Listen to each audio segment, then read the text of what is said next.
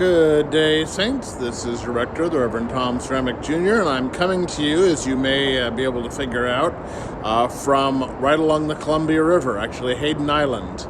And I'm here staying in a hotel for a couple days as I attend the 2023 Kiwanis District Convention for the Pacific Northwest District of Kiwanis International. So one of my community involvements is Kiwanis, serving the children of the world, and so here I am on this beautiful day on the Columbia River, attending this and hearing all of the traffic and hearing all of the airplanes and all of the things that mean that people are going back and forth, traveling here and there, and doing all of the things that people do. So, wanted to come to you from here because this coming Sunday we are have the gospel passage for the day. Has two different and very challenging parts. The first is that Jesus talks about the fact that what comes out of us is what defiles us rather than what goes into us. So what we do, what we say, what we post online, how we interact with the world says a lot more than what we eat or how we eat it.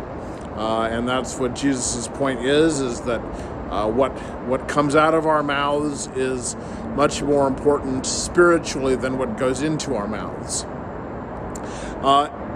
Very soon after that, we have the second part of the gospel passage, which has Jesus interacting with a Canaanite woman and famously essentially calling her a dog, saying it's not fair to the children of Israel to interact with or to give gifts to the Canaanites.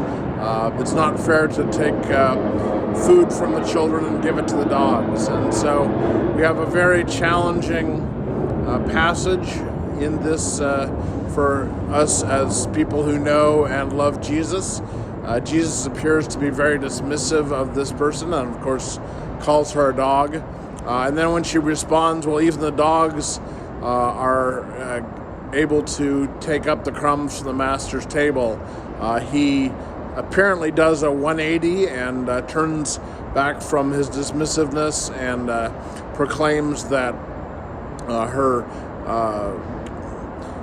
daughter will be healed, is healed, and that she has a huge amount of faith.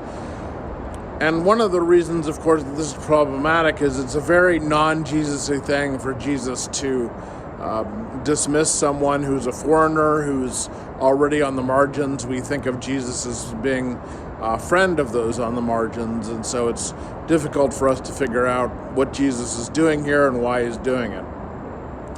But the consensus from the commentators that I've seen is that this is part of Jesus' humanity, that Jesus came into the world, and yes, he's the Son of God, and yes, he's divine and human, but he has human limitations. He obviously can't be everywhere at once. He obviously can't do some of the miraculous things that God does.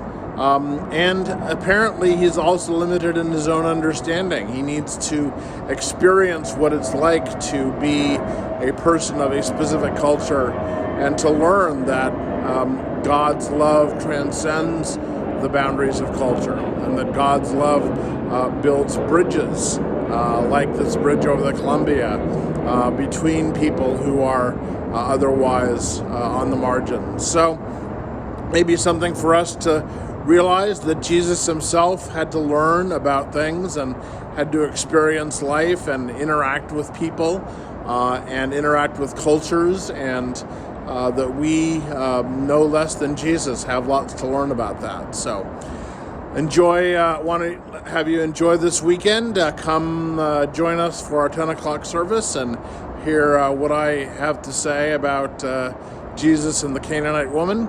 And we'd love to also have you at coffee hour, and as we close down the summer and move into the fall, looking forward to seeing all of you at All Saints in the coming weeks and months.